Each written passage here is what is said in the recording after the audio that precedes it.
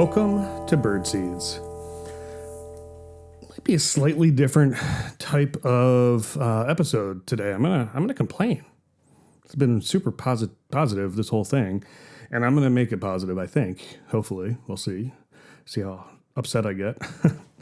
As I've talked about on this podcast, I'm fighting these horrible back issues. I've got 12 herniated discs in my back. It's awful. It's painful. It's demotivating. It's depressing. It's hard to do things, and something I've been really working on in different therapies and things like that. But unfortunately, that also means I have a lot of exposure to the medical industry, and it's just unbelievably frustrating. Like, why? Why is it so difficult? I'll tell you. So, and before I get into it, update on my back. It's doing okay. I went on a 5-mile hike on Sunday. That's awesome. I was able to do that with the family. So it was great family time, great time with the friends and their family. And then, the fact that I was able to do that for 5 miles. And yeah, it was a little sore, but that's fine. That's not the stuff that kind of gets me bummed out and frustrated and upset. It's the week before when I woke up and my first finger and my thumb and my palm and my wrist were unbelievably painful. Couldn't grip anything. It was hurt so bad. And I didn't do anything. I couldn't figure out what I did. Couldn't figure it out. And so then I realized there was a spot on my forearm that if I pushed down really hard, it hurt, but then it made my hand stop hurting. So then I Googled what nerve in your neck would cause thumb pain, and it turns out it's the C6 nerve root.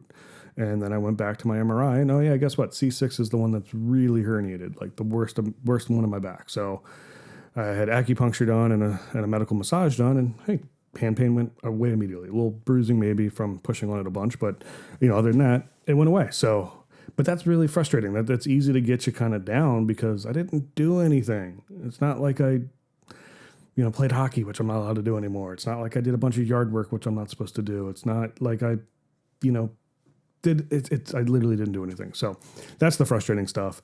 But again, it's doing better, generally speaking.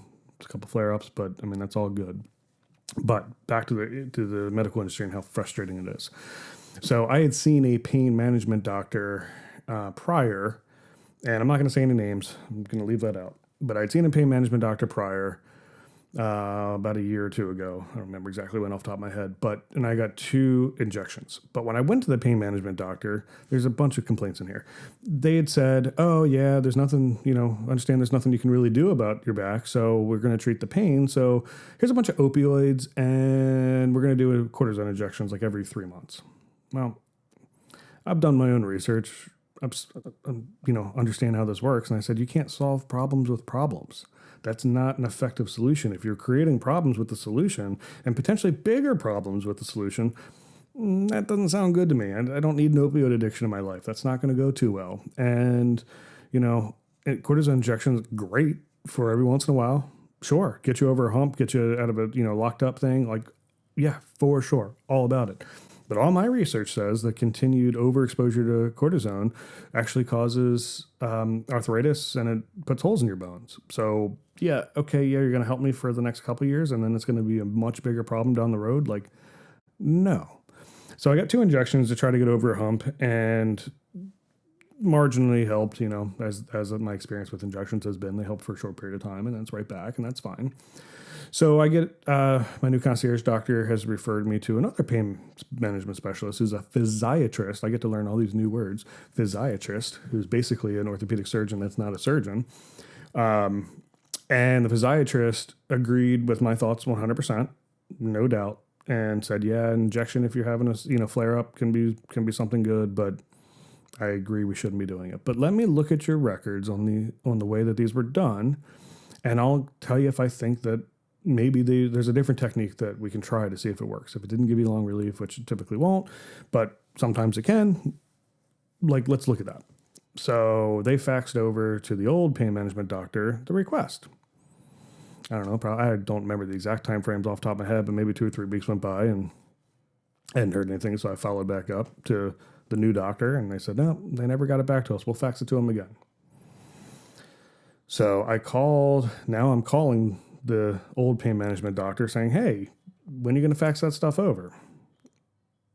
They still didn't do it. So I follow up a third time. No, that's right. So they said, no, yeah, we didn't get the first fax, or whatever excuse they want to make, which I'm sure is not true. So then they say, okay, well, we didn't have it, but we'll fax it now. But if you want to, and I said, just fax it to me. Just take out the middleman, fax me, and we're going to charge you for that. Now, it's a couple $100 or something. I'm like, what? I'm the patient. You did this to me. Why am I going to pay for my own records? Like, it should just be matter of course that after the procedure is done, you get a copy of your records. I don't understand why that's not the case. But anyway, they were going to charge me for it. I said, well, I'm not paying you. I'm not happy with the service I got from you. I'm not giving you any more money. Just fax it to the doctor. And there was some irateness in this conversation. I'm frustrated. I shouldn't have to take my time to do something that they should have already done. And then they flat out said, nope, we're not going to send it. I'm like, what the? So I follow back up with my doctor. They still don't have it. They send it a third time to the doctor. So this time I didn't call them. I went to their office and I'm saying, I'm not leaving until you fax these documents over. It's a HIPAA violation that you haven't done it, and I'm not going to leave until you do it. But I take that back. I had left a message the day before, and then I went there the next day. And when I walked in, they said, oh, we sent them this morning. I'm like, well, hope you did, because I'm filing a HIPAA complaint. And I did file a HIPAA complaint because I'm not one that normally would like go after a business. I understand business. I'm a business owner. I understand that every individual person's experience with that company isn't necessarily what everybody's experience with that company is going to be. I totally got that. And I'm not going to sabotage somebody's business because I had a bad experience. Get it. 100%. I get it. I'm not going to do it. But if this is 3 times they did it and me calling multiple times, it's more than me. Like, this is practice. This is the way that they do business. And I'm persistent. I was told by the bass player of Alice in Chains that I am politely persistent. Well, that's a whole nother episode. We'll do that at some point. But I'm persistent. Like, not going to outlast me. So if I have this struggle, it takes 3 months. This whole thing, start to finish, 3 months before they gave the records over. It's 3 months I couldn't get further treatment because my doctor is a good doctor and wanted to evaluate what's been done before he can make the next steps for me. It's 3 whole months I couldn't get treatment because they couldn't be bothered to send records over. And they were going to charge me some exorbitant amount of money for my own records, which is against HIPAA, the amount that they were charging me and the fact that they wouldn't send it, and flat out refused on the phone to send it. So I did file a HIPAA complaint. We'll see if it goes anywhere. I'm not going to, chase it, but at least I did my part to hopefully help other people not have the same experience. So then, in a totally different story, I am looking to get into a study for chronic Lyme disease at Johns Hopkins. And I personally think that a lot of my nerve issues, I've had lots of nerve issues throughout my life. My pinky, if you're watching on the video, sticks up funny. I woke up one morning in college and it was literally stuck back like that. Had to go through therapy to get that fixed. I've just kind of always had these weird nerve things happen.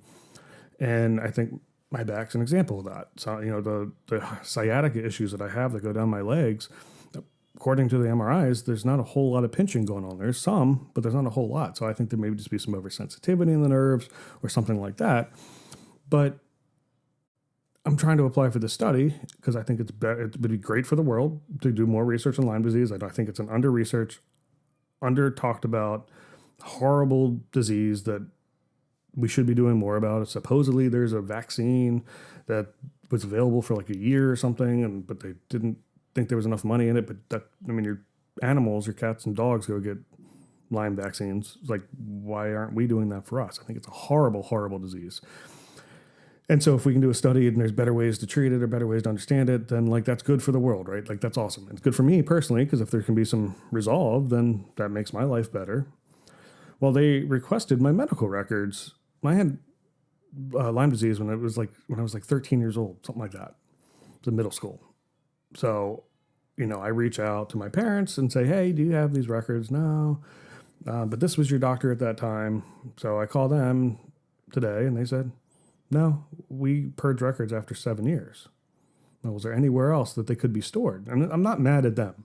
That particular, I'm sure it's not just their business. This is just the system of medicine that I'm frustrated with, right? It's not their fault. And it was very clear that I wasn't mad at her about that.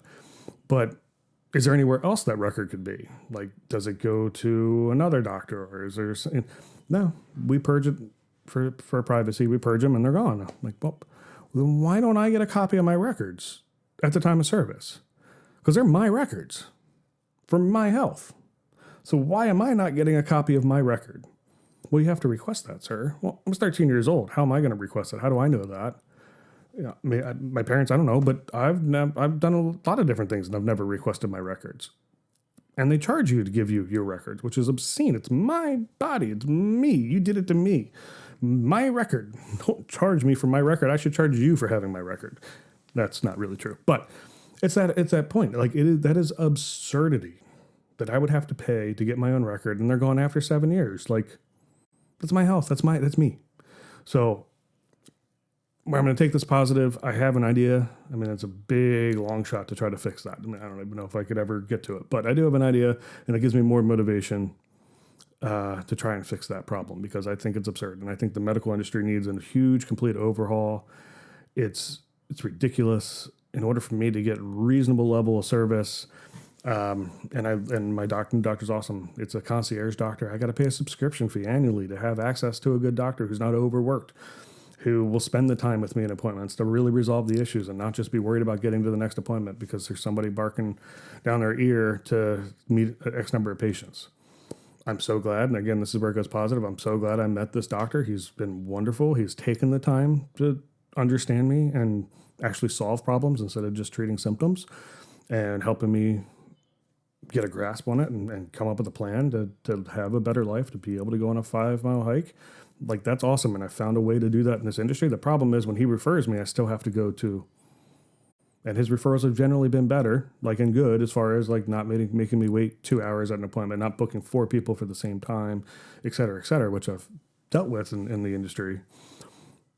But if I'm being referred to a bigger practice because they're, specialists and they're the best of the best, well, I'm still left to deal with the regular medical industry, which is frustrating.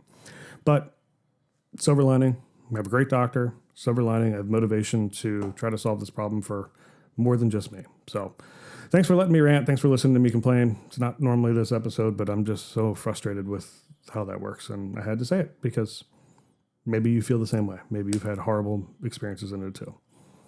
Thanks for listening. It's Birdseeds. Take care.